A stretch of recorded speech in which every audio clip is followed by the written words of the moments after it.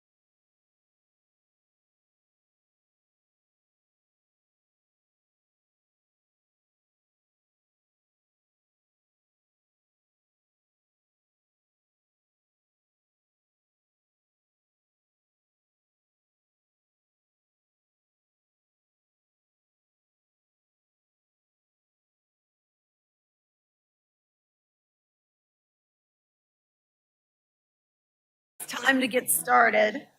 Call to order, roll call. I'm ready, Rochelle. Oh, good. Hey, Tom. Director Balboni, Present. Vice President Leahy, I'm here. Director Jaffe, Here. Director Christensen, and President Lather. Present. Okay, so we've got that. Are there any agenda adjustments? This is in order to change the order of a agenda item. Board may elect to combine items, all these different things.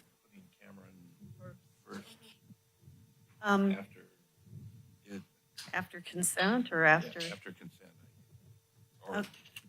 Yeah. Just a thought. There's a thought to, I don't know, Cameron's pretty first up there, but yeah, to move Cameron to, We'll ask him if he wants. do you want to be moved to before the consent items? Or, I mean, because we don't have any reports. But before the business items or? It's going to go pretty fast. Be okay to wait? I guess he is up front. Yeah, he's up front. Yeah, it's pretty close, Yeah, but okay. unless you want to talk about consent items a lot, but yeah. Okay, so now we're at public comment for items that are not on the agenda. Are you moving your way forward? Okay.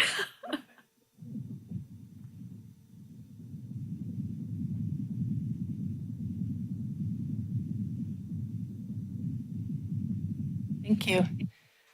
Becky Steinbrunner.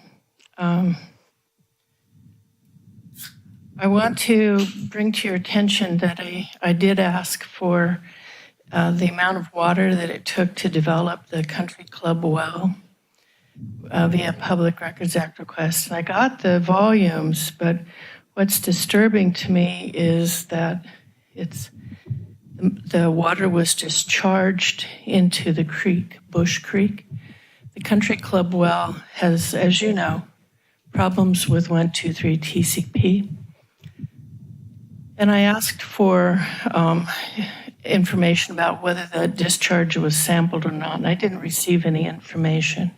So I've submitted another request, and then hopefully I'll get that information. But originally, the plan for that was that all water pumped out of that area would be trucked away because of the possibility of high 123 TCP, and it was not supposed to be discharged into the creek. So I'm looking forward to that information and just want to bring that to your attention and the public's attention.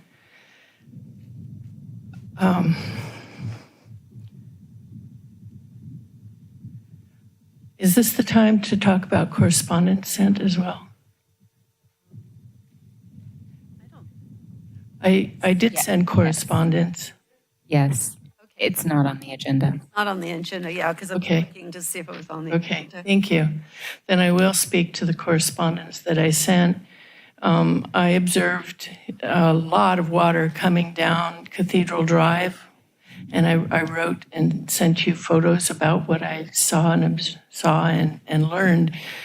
And it was disturbing to me to see such a high volume of water just rushing down the road and flooding into the Aptos post office parking lot. When I know that your district has the no-des machine that is supposed to make it so that you don't have to do that.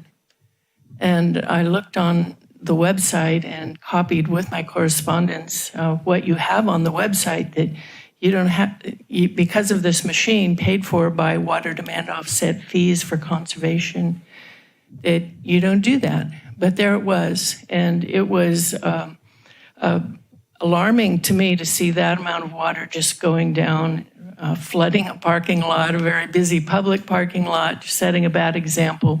But a lot of people were worried too that there was a leak somewhere. And your staff told me that no, they didn't use no-des machine on these flushing activities. So I'd like some clarification. Thank you. Thank you. Is there any other member of the public here to speak on an item that's not on the agenda? I don't see any heads, so I will move on to consent items.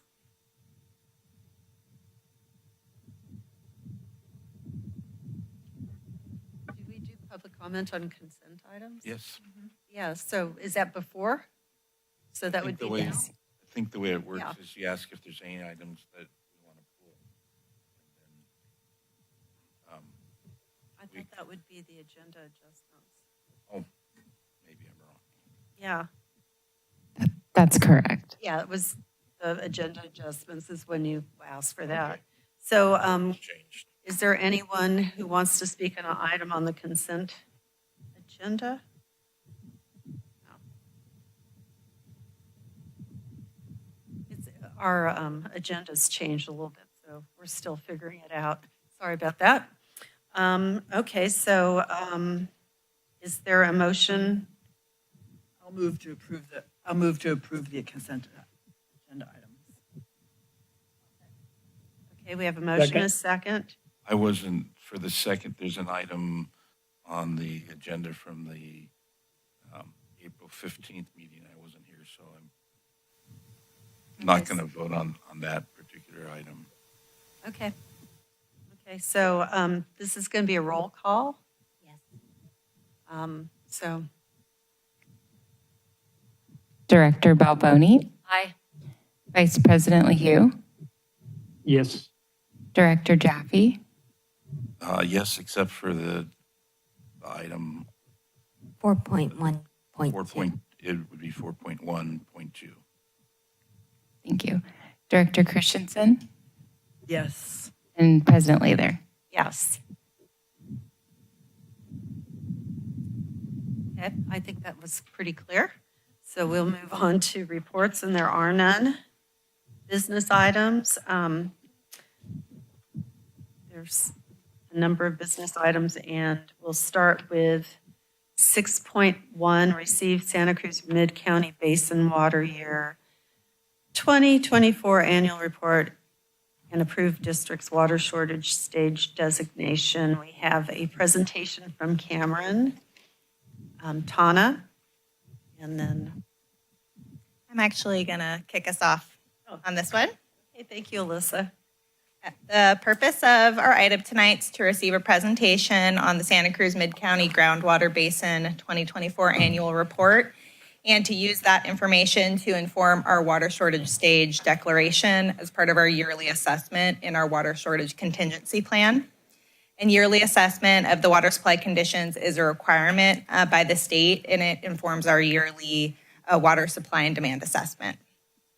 So just a quick background on the water shortage contingency plan. It's an integral part of the urban water management plan, which is a report we do every 5 years.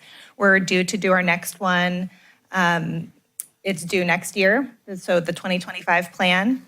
And the purpose of the water shortage contingency plan is to conserve and protect our available water supply for domestic use, sanitation, and fire protection, and to protect and preserve public health, welfare, and safety in the event of a short and a long-term supply shortage. And the plan, in essence, requires that we take a look at the factors that influence our water supply and assess whether or not we can meet that projected demand in the near term. And if our demands cannot be met sustainably, then a water shortage stage and curtailment target is declared based on the severity of the conditions so that the demands can be met. So the curtailment target is a percentage reduction over baseline usage. And baseline usage is considered what we would be using if there was no curtailment in place. And that was set in our 2020 urban plan at 3,900 acre feet. So that's about 1,000 acre feet more than we have been producing the last couple of years. The curtailment target is, like I mentioned, a percentage reduction over that baseline usage. And the stages range from a curtailment of 5% to over 50%. And there's associated actions with each of the shortage stages, both for customers and for the district. We have been in a stage 3 with a 25% curtailment target since 2014. And the triggers we assess as part of each annual review of the contingency plan are, one, the groundwater conditions for the last calendar year. So that's what Cameron's going to be presenting on. We're specifically looking at undesirable results indicating seawater intrusion from the GSP annual report. There's also rainfall totals from this last year, as well as the 4 weather years before that. And that is kind of used as a rough proxy for deep groundwater recharge. And then there's also a condition for production-related constraints. So examples of that might be if we had a big infrastructure issue or water quality problem that was preventing us from producing as much as we needed. So briefly, before we get to the overview of the annual report, I'll touch on those 2 latter triggers, the rainfall and production-related constraints. At this time, these conditions are not our driver for declaring a water shortage stage. Though the rainfall was below average for this last year, it wasn't that unusual, and we have had fairly good rainfall in that 5-year time period. And so that wouldn't indicate a declaration of a shortage stage past stage 1. And then as far as the production-related constraints, we don't currently have any. And the conditions driving our curtailment declaration are groundwater conditions and the threat of seawater intrusion. And so I will welcome Cameron Tana from Montgomery & Associates to present on that 2024 Santa Cruz Mid-County Groundwater Basin 2024 Annual Report. Great. Thank you, Alyssa, for setting this up, and thank you, board, for considering this item. So this presentation summarizes the Mid-County Basin's 6th annual report for its groundwater sustainability plan. Much of this content was presented to the Mid-County Groundwater Agency's board in March in advance of this required submittal to the State Department of Water Resources by April 1st. So the report was submitted by that deadline, as it has been every year since the GSP, or Groundwater Sustainability Plan, was adopted. And since information from that annual report informs the water shortage stage curtailment recommendation that Alyssa described, we'll present the report and talk about how that information is used for the water shortage stage curtailment recommendation. So we're covering relevant items for that curtailment stage item, including rainfall, and then annual report discusses water year type and water use, seawater intrusion sustainability indicator and what that shows for the basin, as well as the water shortage contingency plan. Then we'll get into just summarizing information about the annual report for your information, including the status of the other sustainability indicators besides seawater intrusion, progress on the plan implementation, and key takeaways from the annual report. I will also share what the Mid-County Groundwater Agency is doing this year. That's a section of the annual report as well.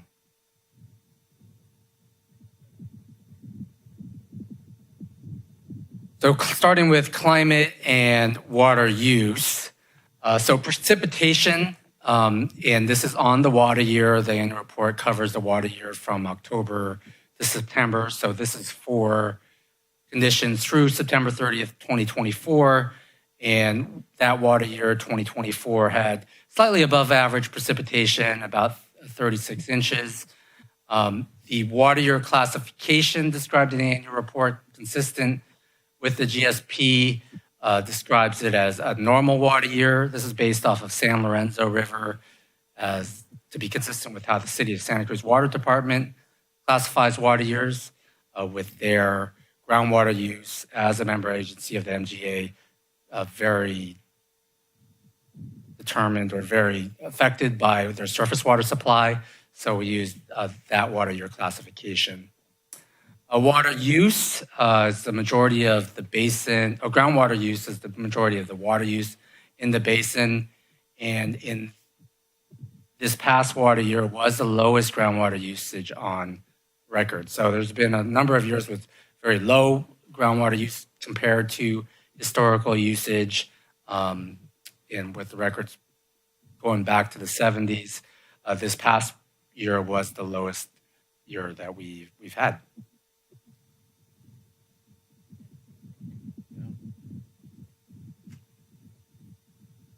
So as Alyssa mentioned, precipitation is a trigger criteria for the water shortage contingency plan. And we look at multi-year totals going back for 5 years. Over the 5 years, it has been above average rainfall. So stage 2 or stage 3 have not been triggered. All the 2 to 5 year totals are above the trigger levels for those multiple year totals cumulatively. This last year, or this past half year, I should say, from October to March is below average. So that by itself would trigger a stage 1. That isn't as Alyssa mentioned, the driving factor for the recommendation. Driving factor for the recommendation is related to the status of the basin for the seawater intrusion Cameron, can you go sustainability back? indicator. Yeah.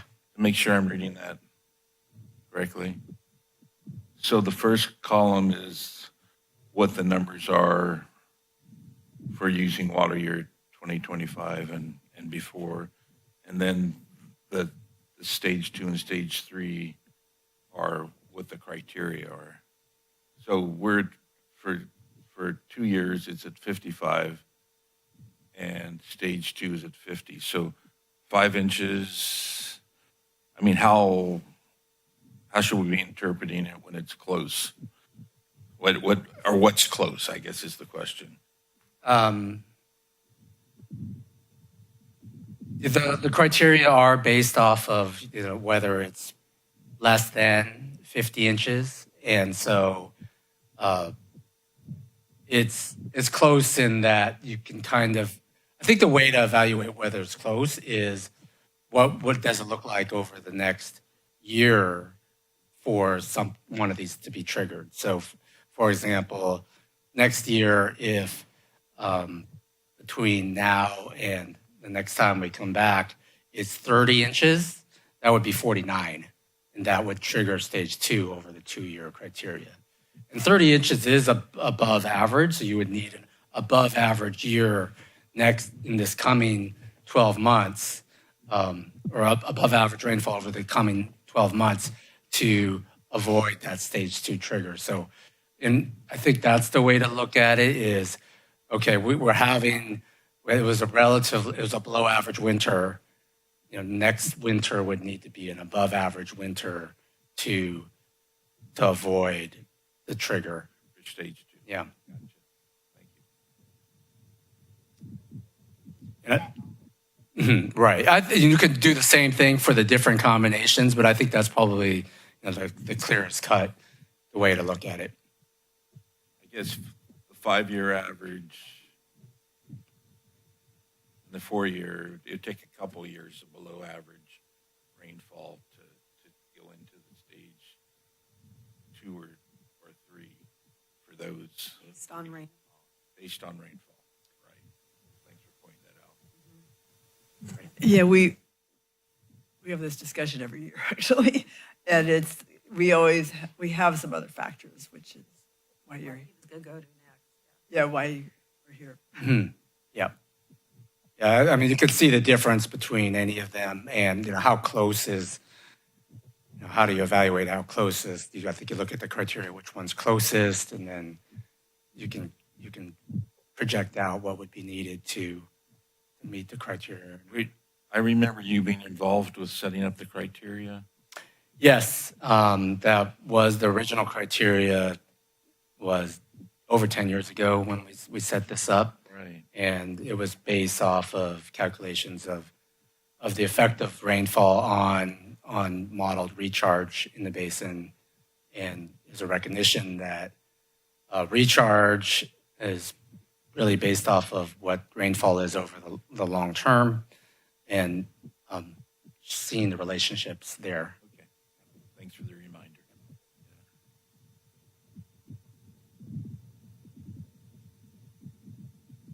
So as mentioned, that the rainfall is not the driver for the recommendation. The recommendation is based off of the conditions related to the seawater intrusion sustainability indicator that is described in the MGA's annual report. The annual report describes basin conditions relative to sustainable management criteria set in the groundwater sustainability plan. These criteria are set at representative monitoring points, which are basically wells, mostly monitoring wells, where either groundwater levels or water quality concentrations are set as criteria to define sustainability. And the main criteria are minimum thresholds. On this example, it's the orange line. And for groundwater levels, measurable objectives are a higher level, more aspirational goal. But the orange line is really what you want to avoid exceedances of to achieve sustainability. And so for groundwater levels, you want to be above that minimum threshold to achieve sustainability. For seawater intrusion, the most direct metric of seawater intrusion is chloride concentrations, basically salt concentrations in the groundwater. And so for the minimum threshold, it's a higher level that you don't want to exceed and going above with higher concentrations, saltier conditions. And for the basin, there are 2 representative monitoring points, 2 monitoring wells in the seascape area that exceed the minimum threshold. This has occurred multiple times over the last year, so those are considered undesirable results.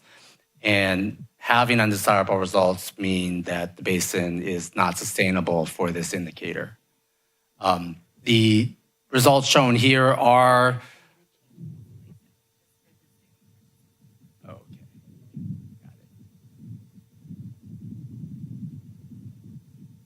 Thank you.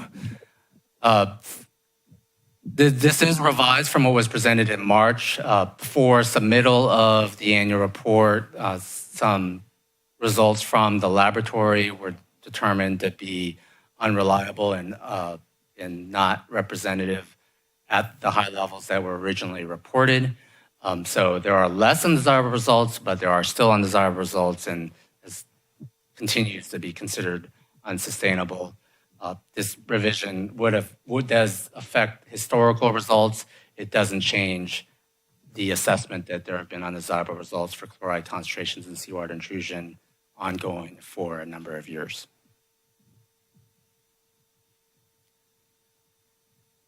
To prevent seawater intrusion in areas throughout the basin, whether or not seawater intrusion has occurred yet, the Groundwater Sustainability Plan has groundwater elevation proxies, groundwater levels that are needed to prevent seawater intrusion over the long term.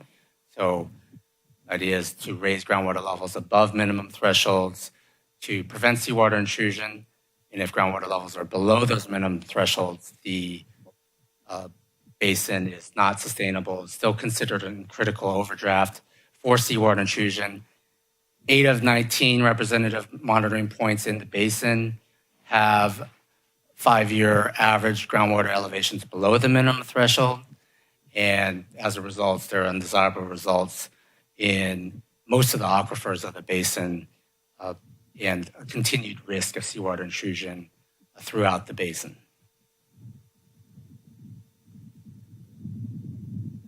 So again, that's for both groundwater levels and chloride concentrations, there are undesirable results for seawater intrusion, and therefore the basin is considered not sustainable for that indicator. How are these results used for the water shortage contingency plan? Basically, the number of representative monitoring points that have undesirable results for seawater intrusion lead to the recommendation of what shortage stage is recommended. And if any representative monitoring point has undesirable results for seawater intrusion, it's considered to be unsustainable for the most important sustainability indicator for the basin, the reason why the basin is considered in critical overdraft, and that it indicates a stage 3 for the water shortage curtailment. And so, and then if there are more, it indicates higher stages.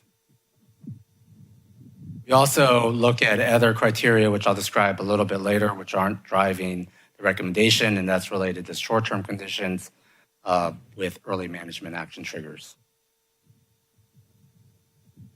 So based off of the undesirable results for seawater intrusion, in the district, there are 5 representative monitoring points for undesirable results based off of groundwater levels for seawater intrusion, 2 additional representative monitoring points with undesirable results based off of chloride levels.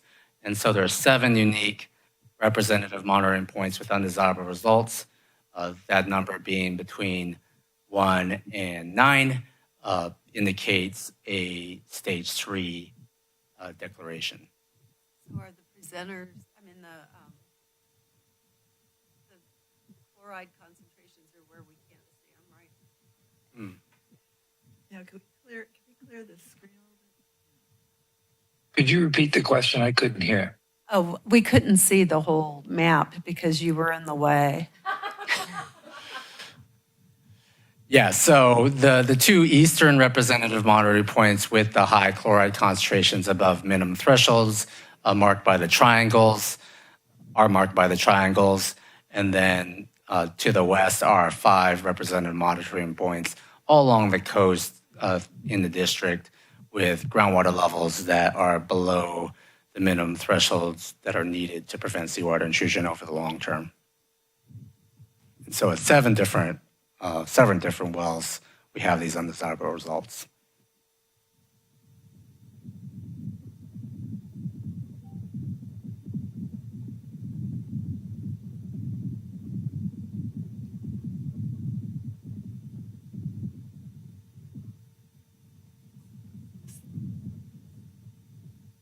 The other one.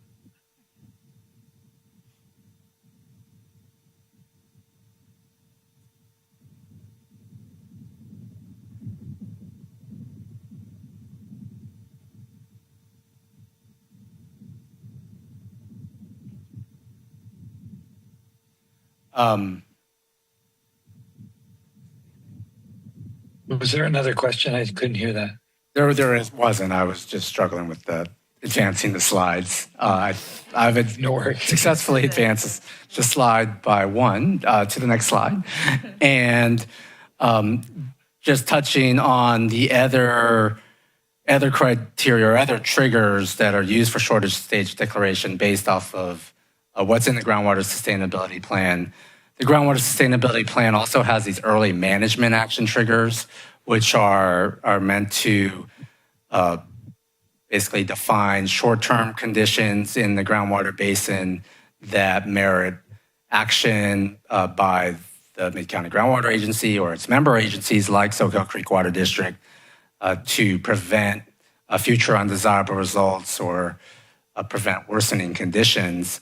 And there are 2 representative monitoring points where those early management action triggers based off of increasing chloride levels in the seascape areas. It's at the same 2 wells where we saw undesirable results for chloride levels in that area. So those were triggered. There are other criteria. You can see that you would need different numbers of representative monitoring points to indicate different stage levels. For this one, like rainfall, it's just stage 1. So it's really the undesirable results indicating that the basin is not sustainable with respect to seawater intrusion. On the previous slide, that is indicating the recommendation of stage 3. As far as these early management actions are concerned, it is leading to a study by the Mid-County Groundwater Agency to evaluate the factors leading to these increasing chloride concentrations in this area.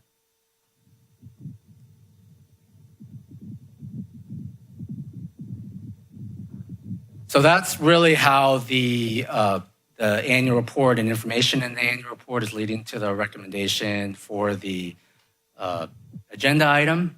The annual report covers other sustainability indicators, which I'll summarize now unless there's some questions about the annual report and its nexus with the water shortage contingency plan. Just a quick question, if you have a moment.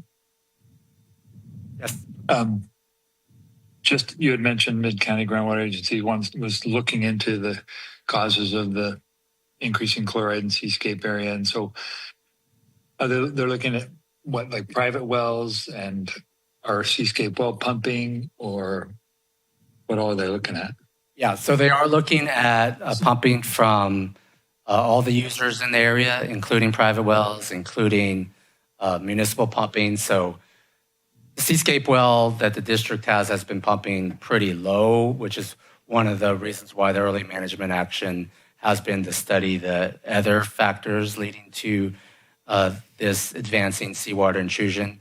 So there are other wells, but also district wells that are farther away, like Bonita and San Andreas, trying to understand what what information we can get about the distribution of chloride concentrations beyond the wells that have been monitored so far. So there are a number of ways to try to figure this out that the MGA is exploring. Okay, including like the irrigation for the ag field there too? Yes, Okay, great. Thanks. welcome.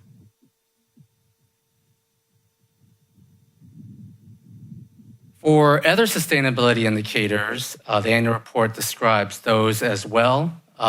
They include chronic lowering of groundwater levels, which is mostly to maintain the ability for the groundwater supply for the basin.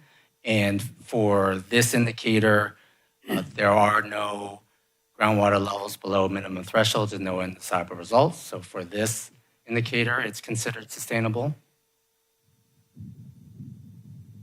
A reduction of groundwater supply sets pumping goals for the basin, separated into 3 aquifer groups. There is pumping over 5 years in the Aromas, Red Sands, and Persima F group, which is the seascape area where we are seeing seawater intrusion, where it's above the criteria, the minimum threshold. So that is considered undesirable result. These pumping numbers are estimated and really are meant to facilitate achieving sustainability for all the other indicators. So the focus really should be on the groundwater levels, on the water quality, and seeing whether sustainability is achieved with these, and adjusting these estimates if necessary. A degradation of groundwater quality sets drinking water standards as minimum thresholds, and undesirable results occur if those are exceeded as a result of basin management or pumping, or are not otherwise addressed by the seawater intrusion indicator. All of our exceedances are based off of pre-existing conditions or are related to seawater intrusion, so there are no undesirable results for degradation of groundwater quality. I find this one interesting because it always shows that we're in exceedance of iron and manganese, which we know we are because we have those removal treatment facilities. Right. So we will always show that we're not meeting those. Yeah, you always show that you're not meeting them, and we'll always have that explanation about why they're not undesirable results. I think what would lead to an undesirable result, for some reason, you saw an increasing trend that seemed to be related to groundwater management project or some changes in pumping. The final sustainability indicator that is relevant to the basin is depletion of interconnected surface water. And the sustainable management criteria are set at shallow wells along Soquel Creek. There is one representative monitoring point where groundwater levels are below minimum thresholds meant to support stream flow in Soquel Creek. So this is an indicator which is considered not sustainable under the groundwater sustainability plan. So to summarize, for the 5 relevant indicators for the basin, there is a 6th indicator under the Sustainable Groundwater Management Act, which is land subsidence, that isn't relevant to the basin. For the relevant indicators, lowering groundwater levels and degraded quality do not have undesirable results and are considered sustainable, while seawater intrusion, reduction of storage, and surface water depletion do have undesirable results and therefore not considered sustainable. Under SGMA, under the Sustainable Groundwater Management Act, the basin has until January 2040 to achieve sustainability.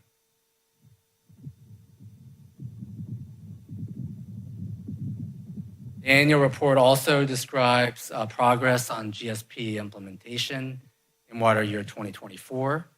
So the GSP described the number of monitoring data caps, and those have been filled with the last data gaps for interconnected surface water being filled last water year. There was a process to perform the first periodic evaluation 5 years after adoption of the GSP. That was submitted to the state in January, and then it describes the different management actions and projects, including continued water conservation and the main supply projects to achieve sustainability for the basin, Pure Water Soquel, and City of Santa Cruz aquifer storage and recovery. A little information about the periodic evaluation is, as I described earlier, it's due 5 years after the GSP. It's supposed to be a more comprehensive evaluation of the GSP beyond the annual report and whether the GSP is still the right plan for achieving sustainability. So the content included addressing the one recommended corrective action the DWR provided in their approval of the original GSP, describing new information collected in the 5 years since the GSP was adopted, and then a lot of summaries similar to the annual report with respect to groundwater conditions and status of projects and management actions, as well as an update on the monitoring network, additions and subtractions from the monitoring network, and then the outreach to stakeholders in neighboring basins. The GSP can be amended at this point, changed basically, but the evaluation determined that no substantive change to the GSP was needed, no amendment was needed. And Cameron, the periodic evaluation is every 5 years. Correct.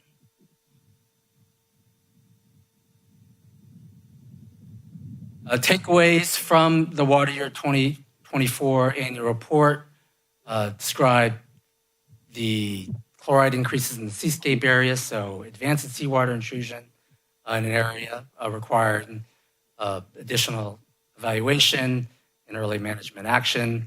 The coastal protective groundwater elevations continuing to indicate the basin is in critical overdraft with respect to seawater intrusion, and the groundwater extraction being the lowest since 1985.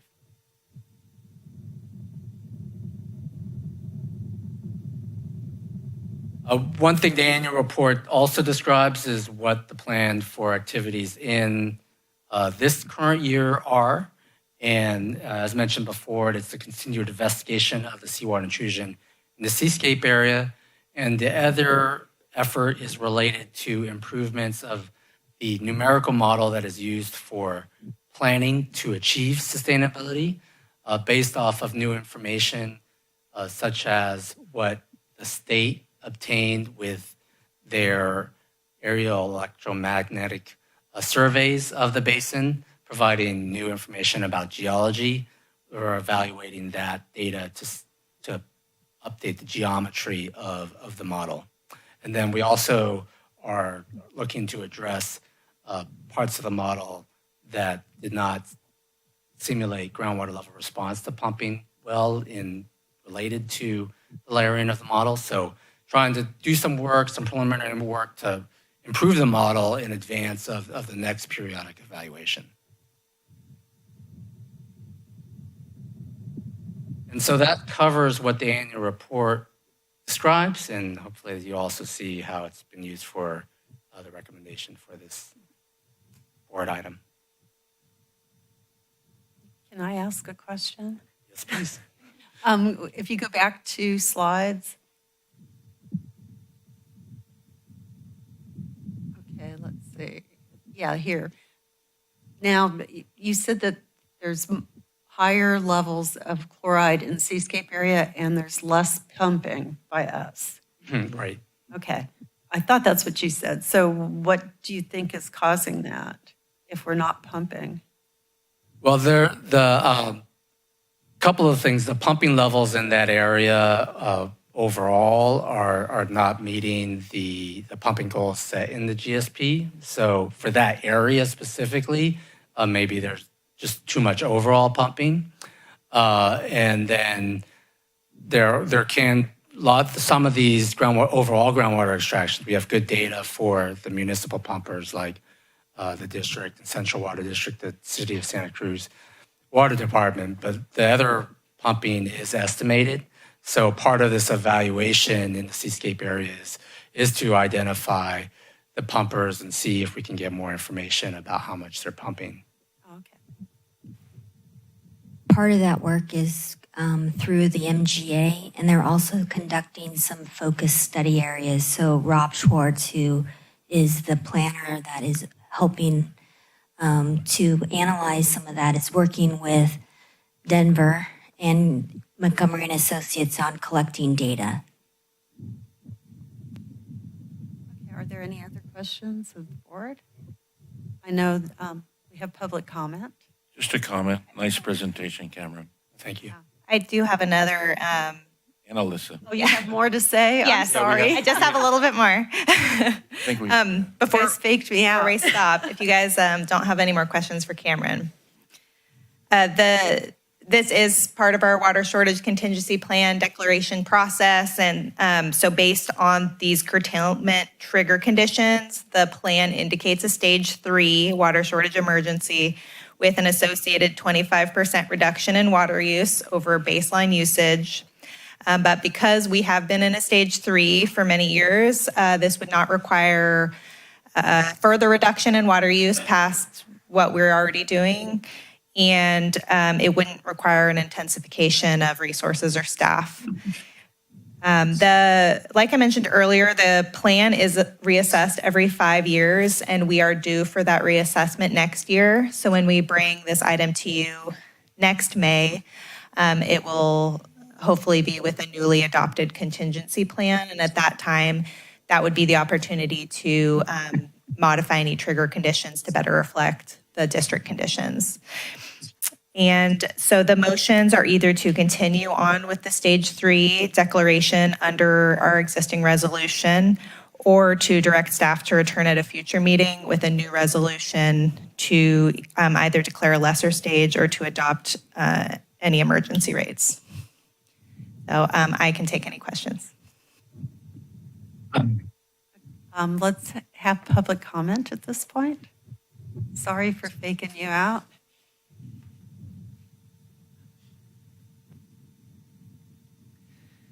Thank you for this good report. My name is Becky Steinbrunner.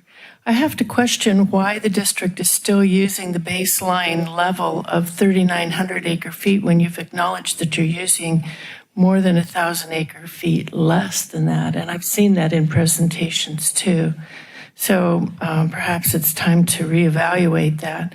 I think it's very good news that production and use is the lowest since 1985. The Santa Cruz County Water Report, developed by C.R. Ryan, said that has been the case for the last 2 years. So that's excellent, and our groundwater levels should be showing that.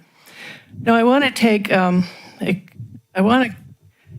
take umbrage with the comment that the reason of the chloride in the 2 seascape level monitoring wells is unknown. That is simply not true. And Mr. Schwartz and I had a discussion about that at the last Mid-County Groundwater Agency meeting board, and it was confirmed publicly with a question by Chairman John Kennedy that these 2 wells are in fact wells that were drilled by Soquel Creek Water District in the 80s to determine where the seawater freshwater interfaces are. Mr. Schwartz confirmed that, yes, that's those 2 wells. So I think that needs to be made public. And he said he's been told to focus on them. So Ludorf and Scalmanini did those analyses, and you have to pay attention to that. This is false information. Also, the thing I want to say is that once the water optimization analysis comes out, we'll see also the effect of the city's ASR work. They're doing tremendous work, and that's not reflected in any of this information presented tonight. Thank you. Thank you. Are there any I discussion have a comment items? whenever it fits in. I can't quite tell. What you want to comment? Whenever it's ready, no rush. Okay, I was just asking if there was anything a board member wanted to discuss. Just from Northern California, though. Yeah. They, I just wanted to, since that's what we're deciding tonight is to whether to make any changes to the stage of emergency that we're in. And I'm in agreement that we are still, or the criteria we're using makes sense. That we still have significant risk of seawater intrusion, so I'm in favor of leaving them where they are at a stage 3. Okay. Anybody else? Yeah, I'll just add a comment on that seascape. The salt levels that are measured there, the salt levels are real. It's not a factor of that well that Skelmanini dug years and years ago or recommended be dug, and we still have a problem, and it's not a known problem yet because we are just now starting to collect, we're trying to collect data on individual private well owners, and that information is not complete yet. Yeah, I can provide more information as well. And so the early management action and the undesirable result is based off of increasing chloride concentrations in the wells in that area, and that includes the wells that were originally drilled above the seawater interface. So it is why those wells were drilled originally and why those screens were set where they were, where the deepest well was below the interface, and then the next deepest well was above the interface. We're seeing rising concentrations in the next deepest well above the interface, indicating advancement of seawater intrusion. So that's why there's a concern. That's why it's considered undesirable results. Because the groundwater sustainability plan set its criteria based off of preventing further seawater intrusion. It recognized that there was seawater intrusion up to the point of developing the plan. And since the plan has been adopted, we've seen an increasing concentration. So that is the basis for the undesirable result determination. Thank you. Thank you very much.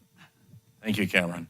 And I agree with Tom and most likely the rest of the directors that we're not out of the woods yet, that even with decreased pumping, there's still indicators that that seawater intrusion is occurring, and if we don't take actions, very likely will get worse.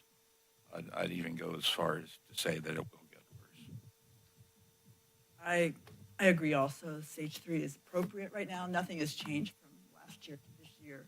More rainfall, but we are not a year-to-year rainfall-based assessment of drought or any other thing like that. We have to rely on groundwater levels, and I think we made through many years, and thanks to Cameron Tana, we've really done. I think it's a very good integrated assessment of what really we need to be concerned about in our water basin, and it'll be interesting to see next year what some change we'll see. We're likely to see some changes. I don't know that they'll get as far as seascape. So. All right, thank you, Cameron and Alyssa. And also, I'm feeling very confident about staying in the stage that we're in. And it's the prudent and right thing to do, in my opinion. Thank you. And thank you, Alyssa. Yeah, thank you. So we don't need to make a motion, right? We do need a motion. We do still? Okay, I'm just checking. I'll make the motion 1, I'll second. that approve and maintain the current stage 3 water shortage emergency under resolution 19-08. Roll call. Roll call, please. Director Balboni. Aye. Vice President LeHue. Yes. Director Jaffe. Yes. Director Christensen. Yes. And President Lather. Yes. Okay. Okay, so we have that one. Next is, thank you. Thank you very much. Thanks, Cameron. We're going to receive the 2024 Consumer Confidence Water Quality Report. And Cameron Cameron Costigan Mumper and Kara Clark are going to present on that. We typically have this as a consent item, but we ask that Kara and Cameron come tonight because Kara is a new staff member. Oh, good. You guys want to go up to that? Welcome.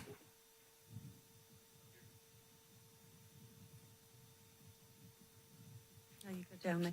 Oh.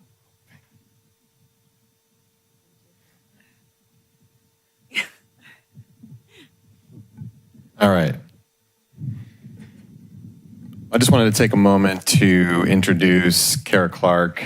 She's one of the newest members for the Soquel Creek Water District. She started with us back in November of last year as the Water Quality Compliance Coordinator at the district. And she has really integrated herself very well into the district and has taken on a lot of responsibilities, mostly, those which were inherited from her predecessor, and has done an incredible job of digging really deep into the details and refining a lot of the monitoring plans that we had put in place, and just understanding the regulations and the requirements surrounding all the monitoring that we do. And one of her recent accomplishments that usually just comes as an informational item here was the CCR report, or the Consumer Confidence Report. So she worked with Rebecca Rubin in preparing that, and really proud of the work that went into it. And so we wanted just to take this opportunity, number one, to introduce Kara to the board, and then also just provide just kind of an update on where the CCR is at this point and whatnot. So I'll just hand it over to Kara. Thanks, Cameron, and thanks to the board for having me. It's nice to meet all of you. I'm really happy to be here with the Soquel Creek Water District, and I wanted to, I don't have like a detailed presentation or anything, but we have a copy of the Consumer Confidence Report, Water Quality Report up here. There's information about where the water comes from, what our water sources are.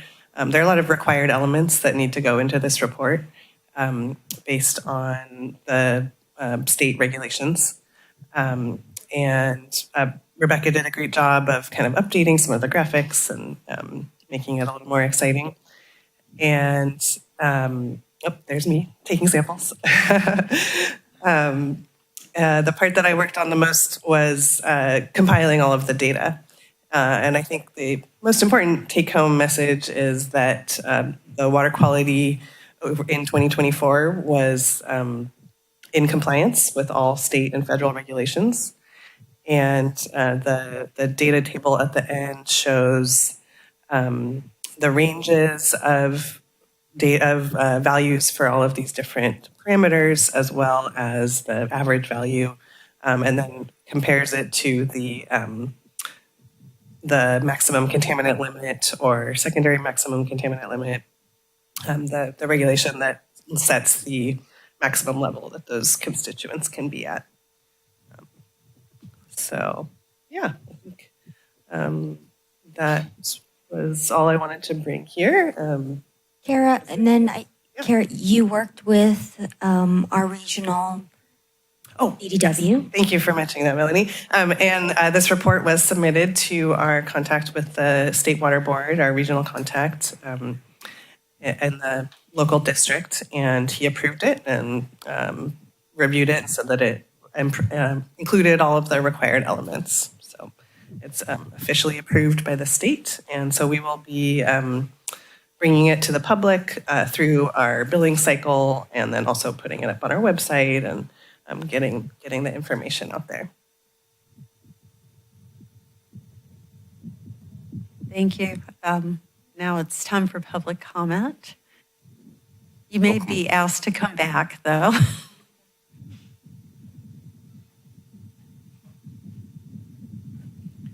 Okay, Steinbrenner. Thank you, Ms. Clark. Welcome. In the past, these consumer confidence reports, or what I remember seeing is that there was a more detailed information in terms of water quality in different well service areas. And there was quite a difference among the wells. For example, I remember in the Aptos Junior High area that had a high level of radioactive elements in it, or higher than the other wells. So because of the long configuration and conveyance system of the district, it depends on where you live, what's in your water to some extent, or can. And I know that there are interconnections between the different service areas now. But what I would like to see is perhaps a link to be able to see a more interactive, maybe a map of what is the level of all those different components specifically in the different service areas, because it does vary. So I'm assuming that this report which is very, very easy to see, but I think it doesn't give a detailed enough amount of information for people that live in different areas of the district. Thank you.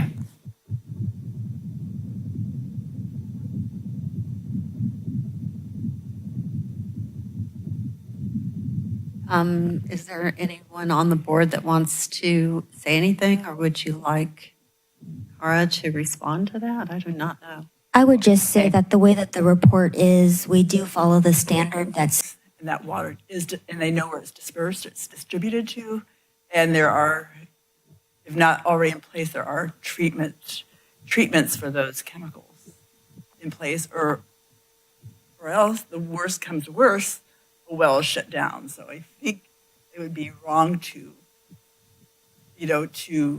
assume that there's a hot spot in some neighborhood that they're unaware of. I think those are addressed in a normal workday. You want to comment further? I mean, it's not.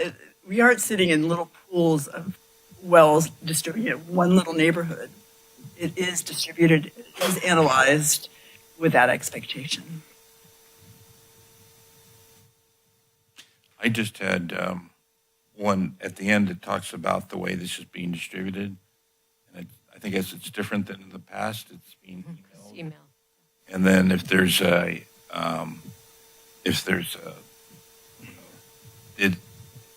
reply message that it didn't get through, then it's going to be mailed. So how confident are you that with distributions that's going to do it? I'm not as familiar with email replies when it doesn't go through. This is the same distribution that we've done in the past. Oh, it has, okay. Yeah. So the state has we're doing the same formula that Becca and the district engineer down at DDW has worked out for us. And it also includes part of getting in the email, but also into the bill statements. That's kind of why we're bringing it tonight, so that it can now go into the rolling system of the bills. So they'll get multiple touches between the bill and email blast, and then of course on our website. Great, thank you. Okay, and just really quick, I realize it's been approved and sent to the State Water Board, but the initial graphic is so creepy and so AI-driven, it freaks me out, and I think it creates an untrustworthy feel for the district. I would please urge you, all the other graphics are awesome, but that AI one is really scary. Thank you.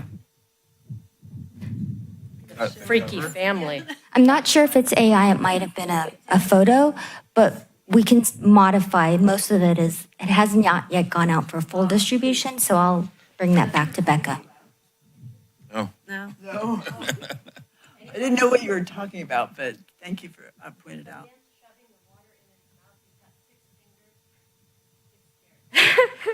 I'm going to look at it closer. Yeah. Yeah, I'm not. Which graphic? Page 51 of the Oh, no, it's just, it's Photoshopped poorly. That's a kind of a wrap around a glass, looks like. About the- Yeah, there's some. Yeah, it's just the, yeah. We do try to use real photos, most of them, so. I didn't notice that right away. It does look strange. Now that you've mentioned it, I didn't look at his hand.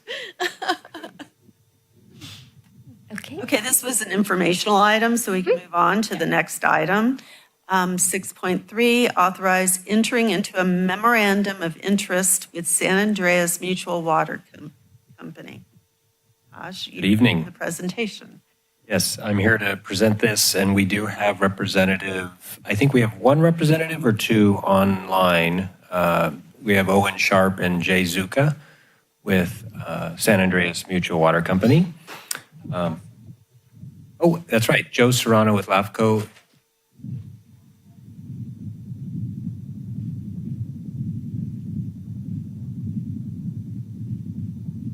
Go up to gallery or view.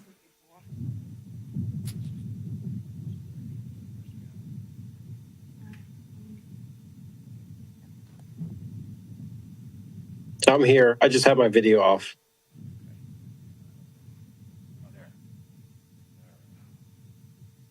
Okay. Well, yeah, so we've got Joe Serrano with LAFCO, Executive Director of LAFCO. We have Owen Sharp, and we also, I believe, have Jay Zuka, both with San Andreas Mutual Water Company. This is an agenda item for approving a memorandum of interest to proceed with studies of how both agencies, the Soquel Water District and San Andreas Mutual, could establish an emergency intertie. Leveraging the upcoming main extension for Renaissance High School, which puts our infrastructure that much closer to San Andreas Mutual Water Company. San Andreas Mutual Water Company has, this might be an old statistic, so please correct me, Jay and Owen, if I'm wrong, about 136 connections. And they deliver between 40,000 to 80,000 gallons a day.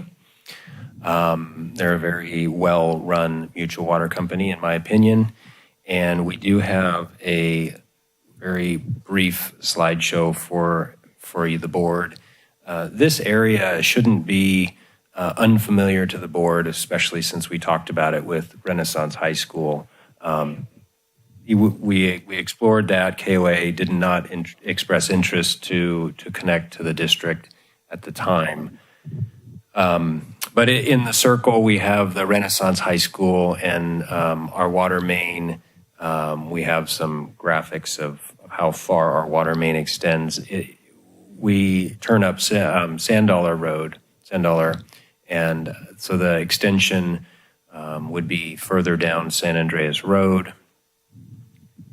What's in blue is our current served parcels, and in yellow demarks what the county identifies as the San Andreas Mutual Water Company's service area.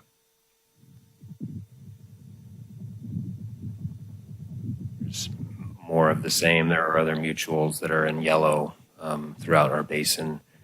We currently have 2 emergency interties with other mutual water companies, Pure Source and Trout Gulch Mutual. And, Joe Serrano with LAFCO is able to guide the discussion on an extraterritorial service connection, an ESA, extraterritorial agreement, service agreement. He will be engaged in this process as we move forward. It's just the beginning of the process. I think it is contingent upon the main extension with Renaissance High School, which is pushed out about 12 to 18 months that we've been told due to their long funding process.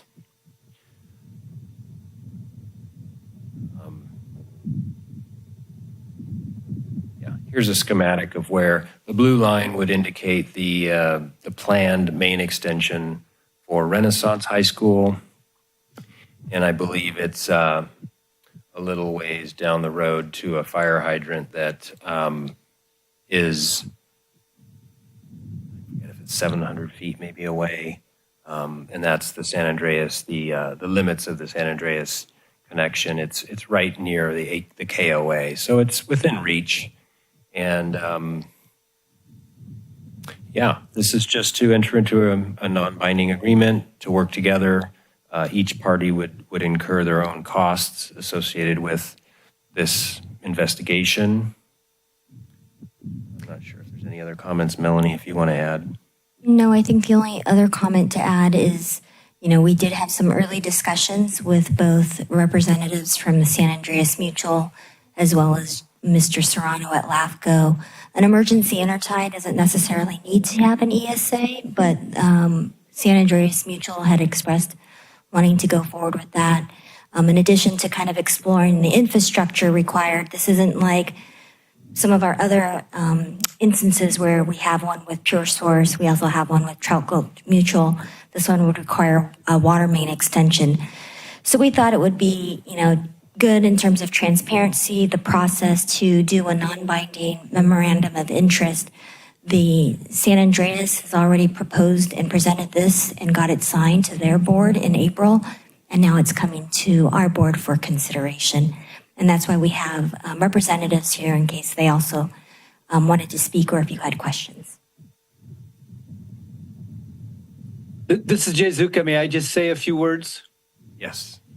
Sure. Yeah, I just, so this is Jay Zuka. I'm the president of the board of San Andreas Mutual Water Company. Yes, thank you for considering this MOI. We're very interested in moving forward on this, and we're pleased that you're considering it this evening. And in terms of any description of this, I don't have anything to add to what Taj and Melanie have already said. Thank you very much. Thank you. I'll go to public comment or does somebody else? Okay, hold on.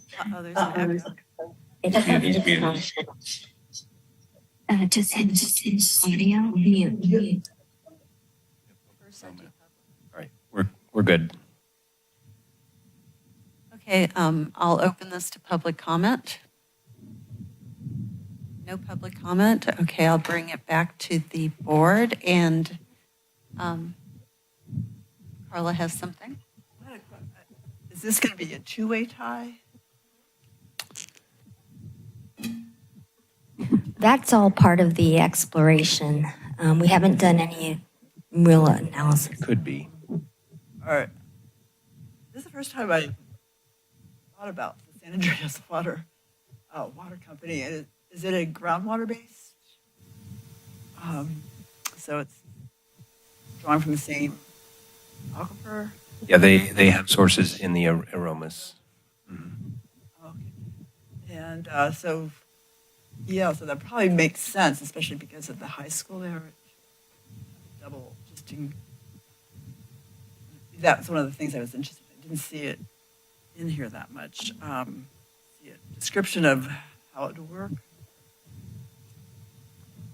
And that'll be all part of it. So this is, again, just kind of the open public transparency of we're going to be working with them.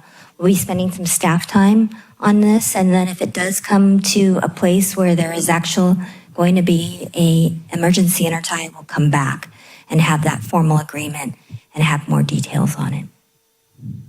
Okay. So the questions. Okay, thanks. Well, I'm going to take the opportunity just to get to know a little bit about the district. So, groundwater, are there issues with chromium-6 there? I suspect there would be. Renaissance School has the issues right next to it. And was it 136? That's the statistic I had. It's a couple of years old. The memo. Okay. Yes. It's correct, Taj. Okay. Thank you, Jay. And It's the, I guess the southern or eastern extent. How far did, you showed a graphic, but I couldn't quite orient myself. Yes, it's the It's a furthest. small area. The area down in the south, southeast. It's the area within. It's like it went to Zills Road. Right. It's down by San Andreas, Zills, and then it kind of is very adjacent to our boundary.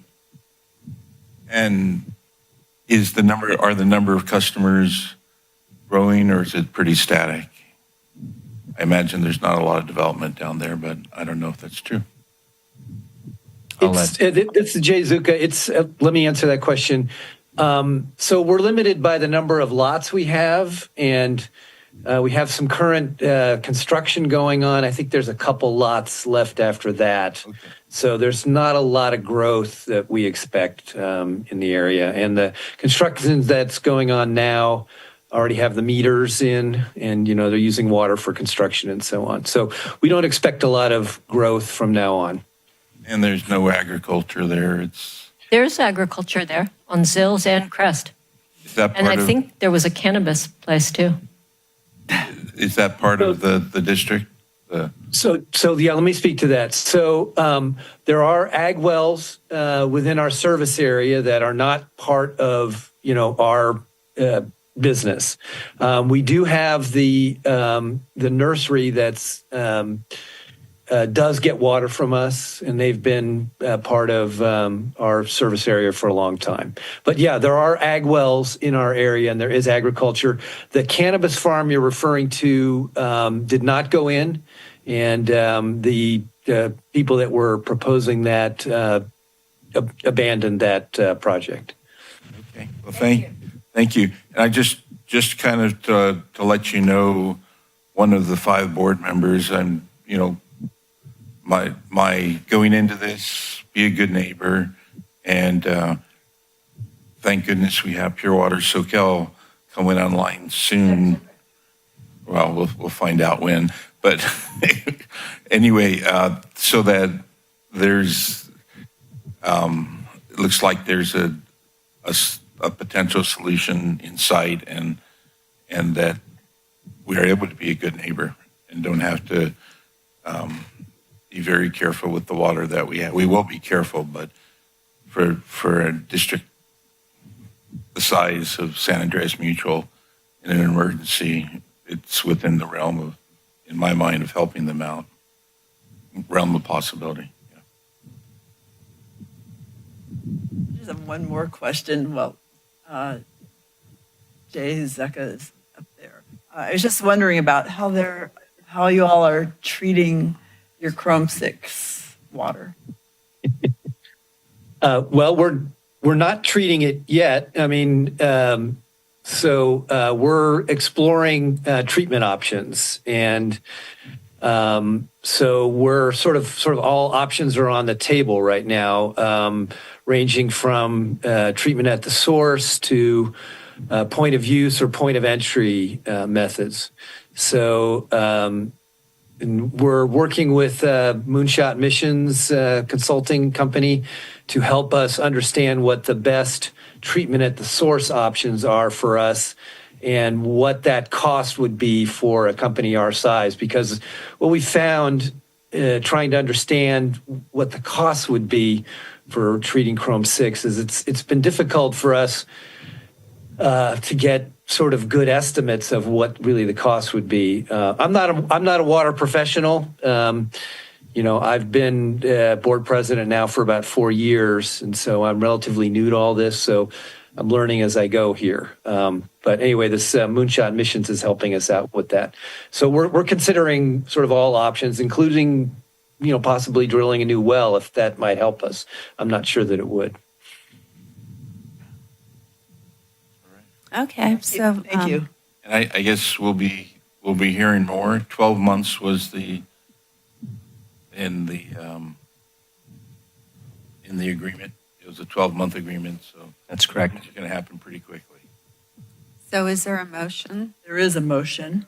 It's to approve the memorandum of interest with the San Andreas Mutual Water Company and authorize the board president to sign the agreement on behalf of the board. And that's your motion? Okay, I'll make. That's what I was asking for. But you asked me if there's a motion. I went, Made the motion, okay. yes, there is a motion. And Jennifer? second. Jennifer seconded. So it's another voice vote. Director Balboni, Vice President LeHue, Yes. Director Jaffe, Yes? Director Christensen, Yes. and President Lather. Yes. So there's, we have one more, and that is 6.4, adopt a resolution to approve amending the construction manager at risk contract with Bogard Construction for Pure Water Soquel Education and Operations Center renovation project. And make a finding there's no further environmental review is required. Yeah, and that's me, and I have some guests in the audience as well. I want to start by saying that there's an error in the memo. There are 3 locations where the contract dollar amount is incorrectly stated on page, well, both sides of the memo. It references $3,375,000 in all 3 locations, and it should be $3,362,147. The resolution has the correct amount, so that does not need to be changed. I just wanted to make that, bring that to your attention. This is an exciting point in the project. I know Director LeHue and Director Balboni have been part of our process, not every day, but we've been briefing them along the way. In the audience, we have our architect, Paul Bergen.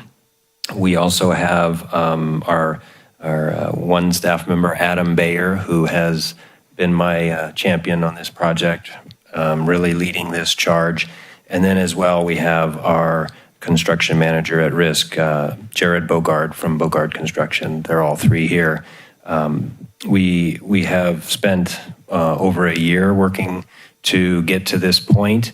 A lot of planning and design has been expended, and we're proud to get to this point. There is already a contract in place. It's been in place. The board approved it a year ago, and this action tonight is to amend that agreement with the guaranteed maximum price. This is not a lump sum amount, so it'll be an open book process where the goal is to come in under budget and not exceed the $3,362,147. In the packet does not include any architectural plans. They're on the back table. We do have a presentation for you to highlight some of the planned changes. The project is located adjacent to the Chanticleer Advanced Purification Center for Pure Water Soquel. And the building is an existing building that will house an operations center for Pure Water Soquel, as well as an education center down on the first floor.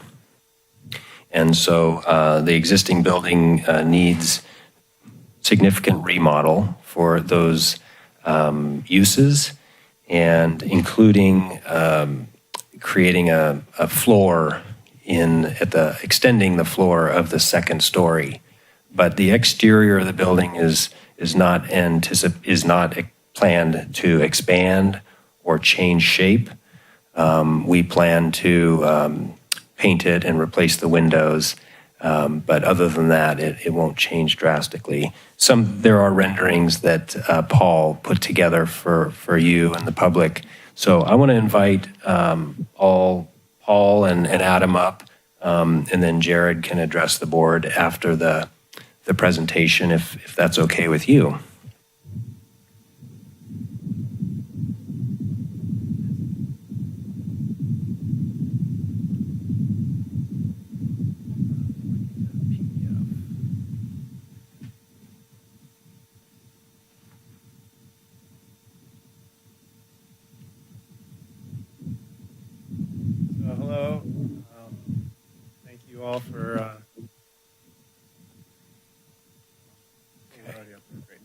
kind Yeah. of talking to I the just wanna mic. put- You might You guys hear me? You hear me okay? Bring it up. Yeah. Yeah, you have to speak close to it too, Paul. Better? Yeah. Okay, so yeah, thank you all for the opportunity to work on this very exciting project. I'm just going to walk you through this very abridged set of drawings that we've put together to sort of illustrate the scope and the nature of the project. So what we're looking at right now is a site plan. It's actually two site plans, the existing site plan below and the proposed site plan above. And you can see that there's not a whole lot changing in terms of the site plan. The access is the same. What we're trying to do is open up more to the backside of the existing building to create more access to the AWPF. You'll see that better in the floor plans. So go ahead and go to the next slide.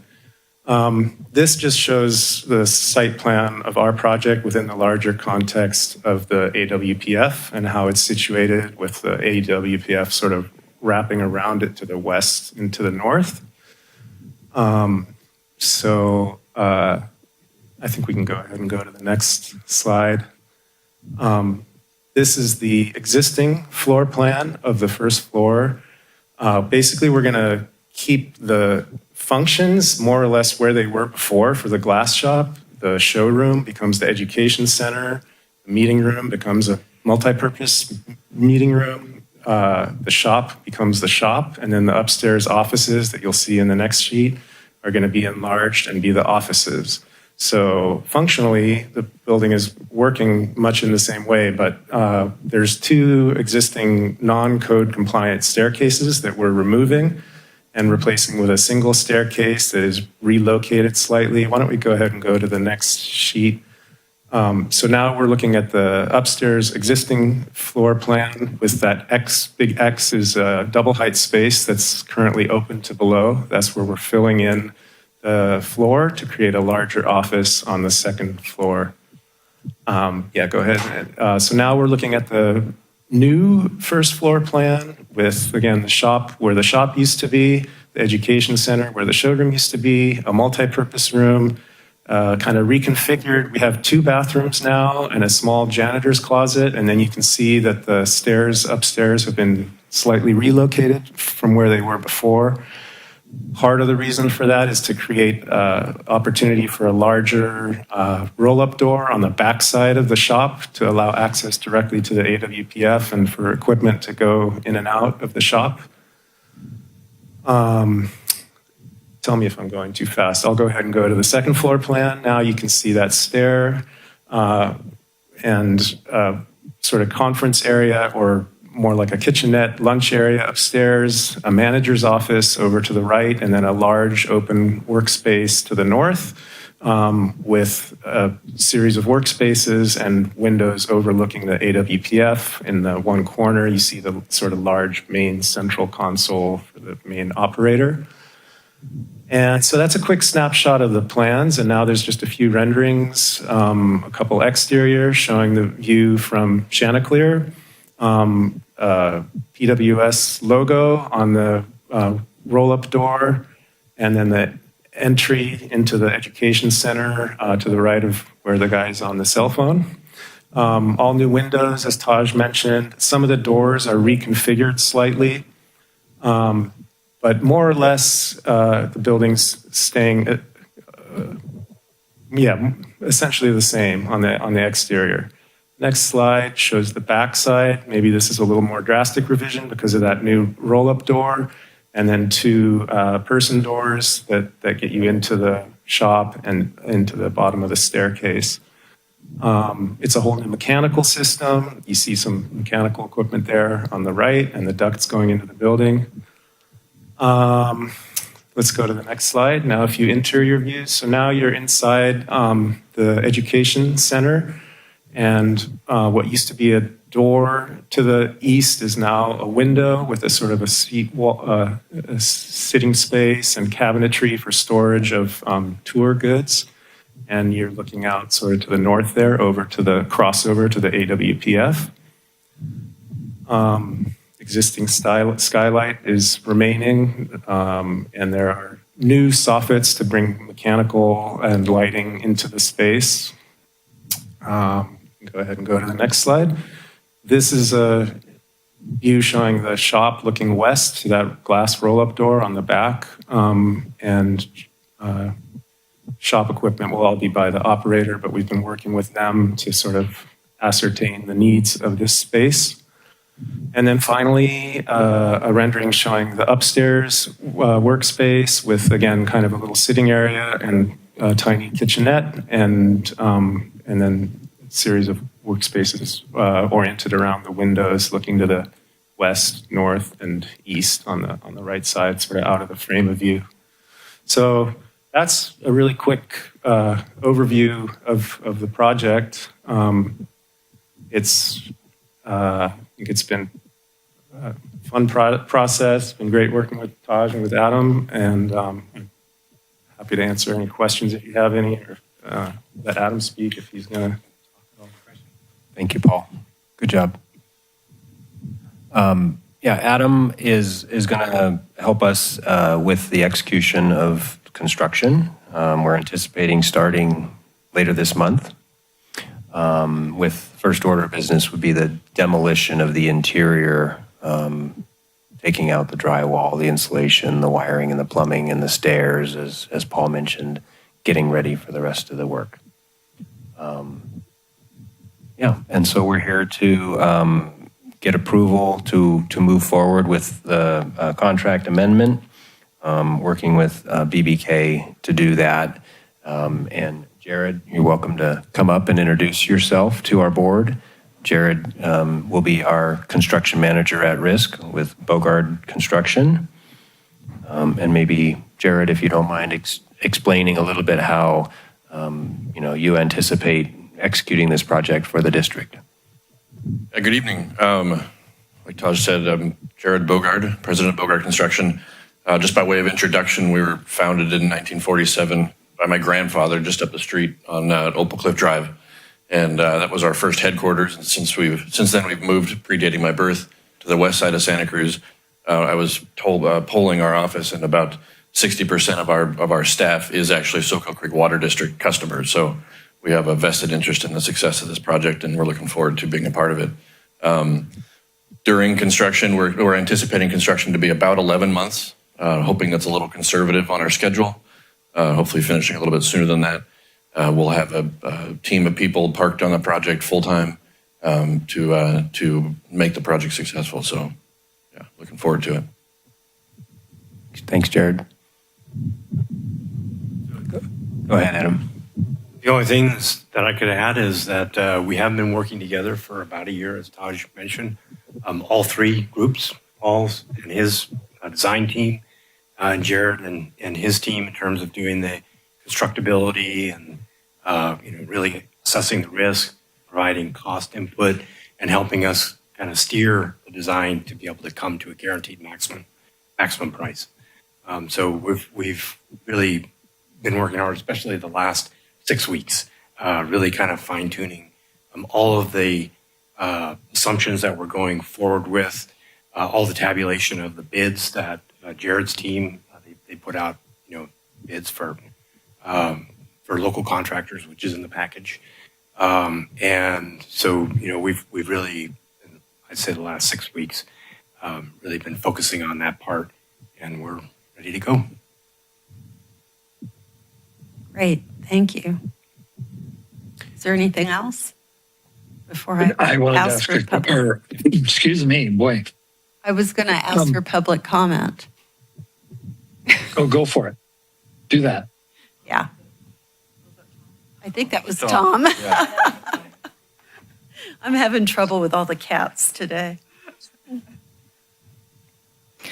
Thank you for the presentation, Becky Steinbruner.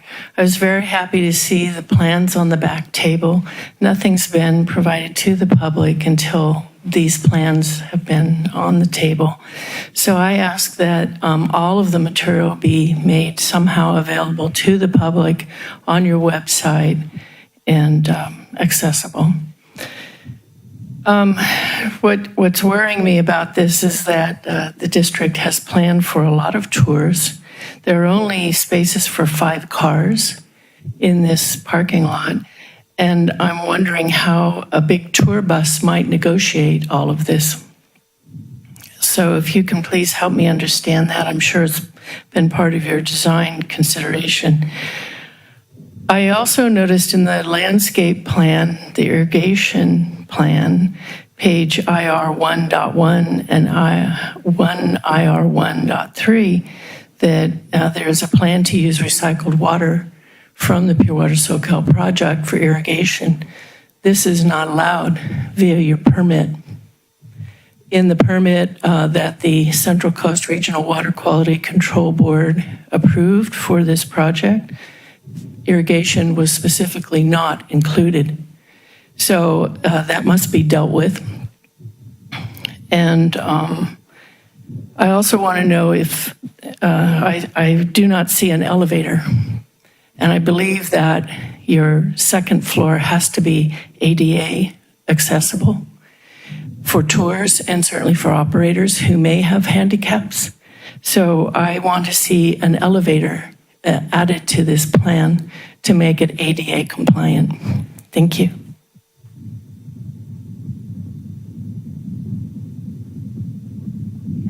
Any other comments? So we'll bring it back to the board. Tom, did you have something to say?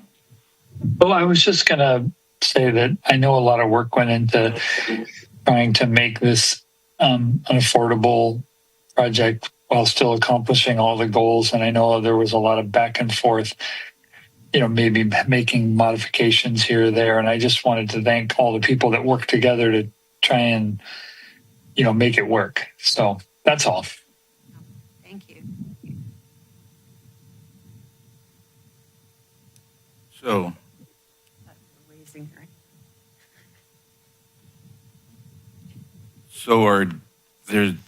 Taj, the way this is done is there's a guaranteed maximum price for this. And it's different. The way it was initially done was a set price. So uncertainty like from tariffs, et cetera, is that what's causing the change? The initial price was an estimate that the district generated. Okay. Yeah. So over the course of the last year, we've revised that and really explored what needed to be done to the building, the stairs, and all the other stuff. So it's evolved, but not necessarily because of the tariffs. The tariffs are Jared Bogart is aware of those. They came out prior to today. So, we'll work to minimize these costs and not exceed this guaranteed maximum. They're baked into the cost. So, right. So I didn't see any, the explicit description of the educational center. Is that going to is that separate? Yes, that'll be brought at a later date if it needs that board authority. We can also, Becca will work with the board, and if we need to get a committee together to further, plan that. But yeah, Bogart will provide more of a blank slate for the exhibits to be developed, but they're not really part of that content. That would be something that I think our in-house Becca will develop and then implement through another separate contract. And there's no exhibiting plan for the upstairs. Correct. No, the public stops at the first floor. That's correct.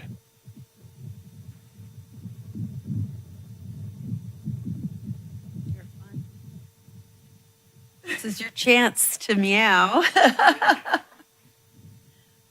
I mean, the drawings look great. I'm excited. I can't wait to see the students in there and all the interactions, and I'm very excited about it. Let's have it happen now. That's all. Thanks. Yeah, we are currently leasing some office space in the West Marine building adjacent to the Chanticleer facility. Because I was wondering what you were going to do with the offices. Until this is finished.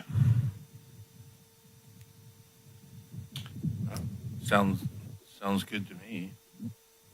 Yeah, sounds pretty well worked out at this point. So does somebody want to make a motion as is stated in the? I'll move again to do that. I will second.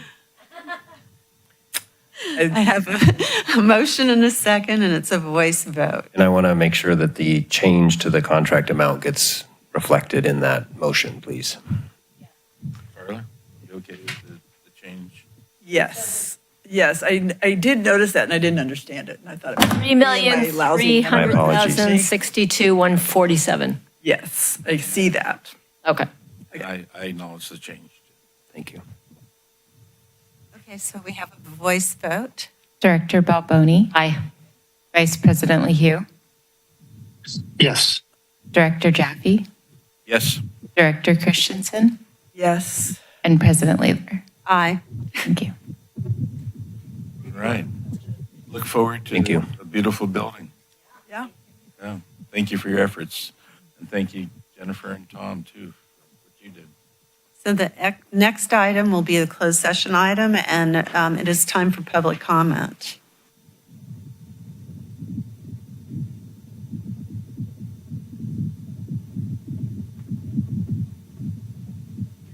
Thank you, Becky Steinbrenner. I would again just offer that I'm willing to negotiate. I offer this every time. And the answer from Ms. Schiller at Best and Krieger is always mediation is too expensive. I don't think that's true. So what I want to say is that I'm really worried, as are a lot of people, about Pure Water Soquel project, what it will put into the aquifer, and that there's no way for the people to know what is going in. I've asked that the analyses, when it does come online, be put on your website. That's been rejected. How will the public know what's going into our water? How will the public know what is being pumped from the production well and put into the service lines? So the other point is, it was very interesting listening to your budget discussion, because the cost of electricity is very high. And the cost of operating Pure Water Soquel project is incredibly high and will not get better. So how much do you think your ratepayers can take? You're talking yet about another rate increase after this series of 12% gets done to build up the reserves. People can't continue this anymore. And a lot of people are very worried about what's in there, will be in their water, and the lack of transparency. So I'm worried about the pipeline on the San Lorenzo Bridge, Laurel Street. If there's an earthquake and it ruptures, it will be bad news. Thank you.